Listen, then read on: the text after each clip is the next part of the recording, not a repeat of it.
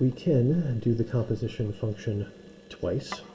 This would be asking us to find f of g of h of x. As you go through and do your calculations, you're going to take whatever the function name is on the end and put it in place of the variable in the function right in front of it. So we'll do two calculations. The first one is to take function h and to put it into function g. So I'm going to take function h right here, and I'm going to put that in place of all of the variables in function g. There's two variables there, so we do need to calculate, or do substitution twice rather. So we had x squared minus 2x minus 1 for function g, and now we're going to put function h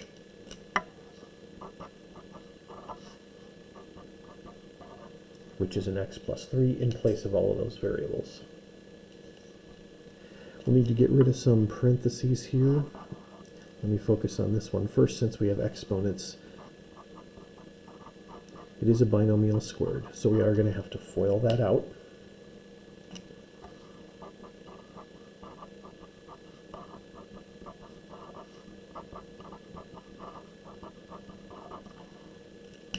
So if you FOIL out that x plus 3 squared, we get x squared plus 6x plus 9. So the original function here for g of h simplifies to an x squared plus 6x plus 9, and then distributing this 2 into both terms, we would get a minus 2x minus 6 with the minus 1 on the end. Combining our like terms, we would have an x squared. 6x minus 2x is 4x, and then 9 minus 6 is 3, minus 1 more is 2.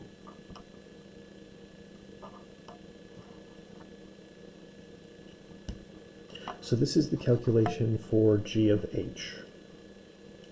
That is this part right here. This piece is g of h. And that is equal to this. So now we need to take g of h, and we need to take that answer and put that into function f. So as a last step, we're going to take g of h, this new answer right here, and we're going to put that into function f. So to calculate f of g of h, we need to take g of h